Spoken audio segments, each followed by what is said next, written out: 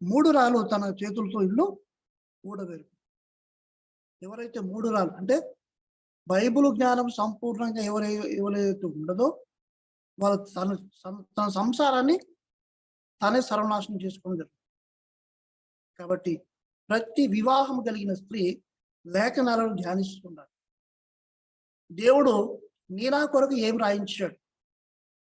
అనవసరంగా మరి ముసలమ్మ ముచ్చట్లు పెడుతూ చాలా మంది అనేకమైన మరి సంసారాల్లో వాళ్ళు నిప్పు చెలరేగిస్తుంటారు. నాలుక బహు భయంకరమైనది.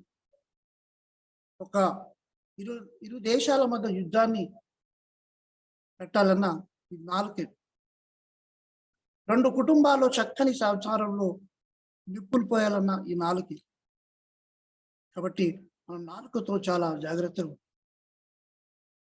సొలొమోను గారు రాష్ట్రం జ్ఞానవంతురాలు తన ఇల్లు కట్టును, మూడు రాళ్ళు తన చేతులతో ఇల్లు ఊడబెరుకుంది.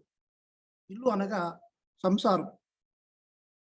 జ్ఞానం ఉంటే తన ఇల్లును తాము చక్క పెట్టుకోవడం జరుగుతుంది. మరి ఎప్పుడైతే ఆమెలో జ్ఞానం ఉండదో అది సర్వనాశనం కావడం జరుగుతుంది. దేవుడు 66 పుస్తకాల్లో మరి జ్ఞాని అయిన సొలొమోను గారు మరి ఈ లోకంలో పిల్లలు ముందు తరాల పిల్లలు ఎలా ఉంటారో అని ముందుగానే మనకు సామెతల గ్రంథంలో తెలియజేయడం జరిగింది.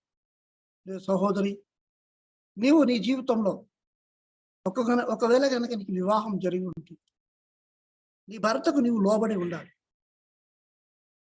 హెబ్రీయులకు రాసిన పత్రిక 13:4 వివాహము అన్ని విషయంలో ఘనమైనది గాను పాన్పు నిష్కల్మషమైనది గాను ఉండవాలని. పాన్పు నిష్కల్మషం అనేది ఎప్పుడవుతుందంటే మనకు పుట్టిన పిల్లలు వారు దేవుల్లో పెంచబడినప్పుడు అది పాన్పు నిష్కల్మషం. దేవుడు ఇది నా కొరకు మనం అక్రమమైన మార్గం నడుస్తామేమో, సక్రమంగా నడుచుకోవాలి. మనం ఏది చేసినా దేవుని నామానికి అవమానం జరుగుతుంది. మనకు కాదు. వీళ్ళు క్రైస్తవులు కదా, మరి వీళ్ళ జీవితాలు ఎందుకు ఇన్ని గొడవలు, కొట్లాటలు, పంచాయతీ? మనం చాలా సందర్భాల్లో వేరే వాళ్ళ ఇంట్లో అద్దెకుంటున్న వాళ్ళమైతే, వేరే ఇంట్లో అద్దెకున్నట్టయితే మన యొక్క గొడవలు వాళ్ళ పక్క ఇంట్లో వాళ్ళకి వినిపించి వీళ్ళు ఏంటంటే అసలు వీళ్ళు క్రైస్తవులేనా, వీళ్ళేంటి ప్రతిరోజు గొడవ పడుతుంటారు, ఉదయకాలం మరి మందిరానికి వెళ్తారు, మళ్ళీ వస్తారు, ప్రతి ఆదివారం మందిరానికి వెళ్తారు అని అక్కడ అవమానం ఎవరు జరుగుతుంది? దేవునికి అవమానం జరుగుతుంది. సాక్షాత్ మనం దేవుని పిల్లలం, సాతాను పిల్లలం కాదు. మనం ఏది చేసినా దేవుని నామానికి అవమానం జరుగుతుంది. వివాహ వ్యవస్థ ద్వారా మీరు ఇద్దరు జత చేయబడ్డారు. అనేకులు మీ యొక్క జీవితంలో ఎలాంటి మరి విషయాన్ని కలగజేసిన మీరు మాత్రము ఇతరుల మాటలు ఎప్పుడు కూడా నమ్మకూడదు. అదే జ్ఞాని అయిన సొలొమోను సామెతల గ్రంథం 24:3 మళ్ళీ ఒక మాట తెలియజేస్తుందంటే జ్ఞానం వలన ఇల్లు కట్టబడును, వివేచన వల్ల అది స్థిరపరచు.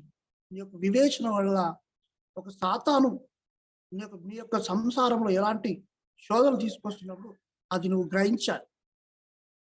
ఒకవేళ నువ్వు గ్రహించలేవనుకో అనేక విధాల శోధనలు మనకు వస్తుంటాయి.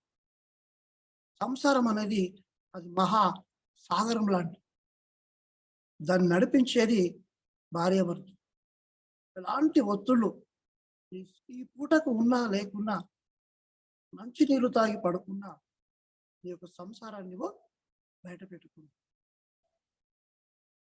మన ఇంట్లో ఉన్న పరిస్థితులను నువ్వు కనుక బయట పెడితే నీ యొక్క ఆ ప్రాంతం అంతా, ఆ వీధిలో అంతా మనం చులకన గావించబడతాం. చూసారు, మన సమస్యను దేవుని సమక్షంలో మోకరించి, దేవా మరి నా భర్త ఈ విధంగా చేస్తున్నాడు, అతను మార్చని నువ్వు ప్రార్థిస్తే అతను